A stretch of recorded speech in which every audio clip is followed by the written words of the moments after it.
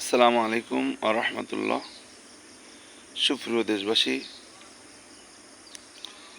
দেশ এক ক্লান্তিকাল অতিক্রম করছে।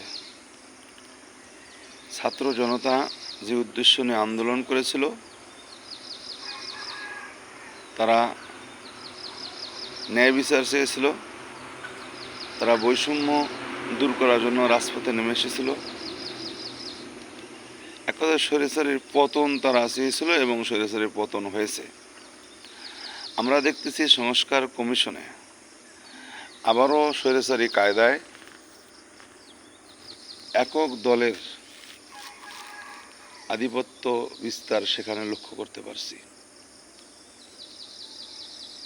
এই জনগণের সমর্থন, জনগণের আপনার বিশাল বড় দল, এইসব অহংকার করে কিন্তু একটা দল ইতিহাস থেকে হারিয়ে গেছে।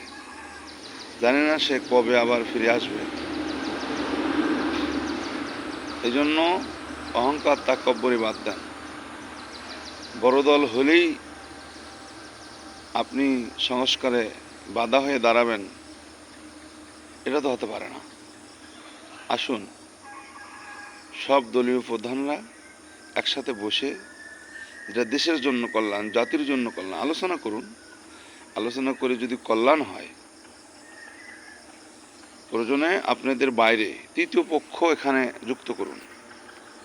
বিভিন্ন বিশ্ববিদ্যালয়ের শিক্ষকগণ, সরকারি উচ্চপদস্থ সাবেক কর্মকর্তাগণ, সংস্কার কমিশনের সদস্যগণ যুক্ত করুন।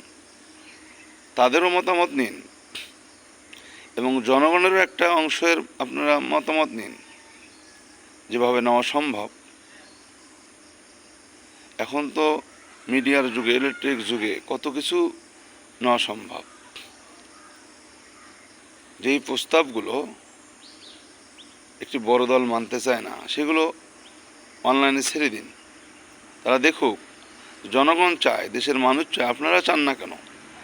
আপনারা যদি জনগণের বিপক্ষে যান, আবারও যদি বড় দলের অহংকারী করে স্বৈরাচারী কায়দায় আপনি নিজেদের মতামত জোর করে চাপিয়ে দিতে চান, তাহলে স্বৈরাচার গেছে যে পথে, আপনাদেরকেও সেই পথে যেতে হবে। এজন্য ইতিহাস থেকে আসুন, সকলে মিলে ইতিহাস থেকে শিক্ষা নিয়ে দেশের কল্যাণে, জাতির কল্যাণে, মানবতার কল্যাণে কাজ করি।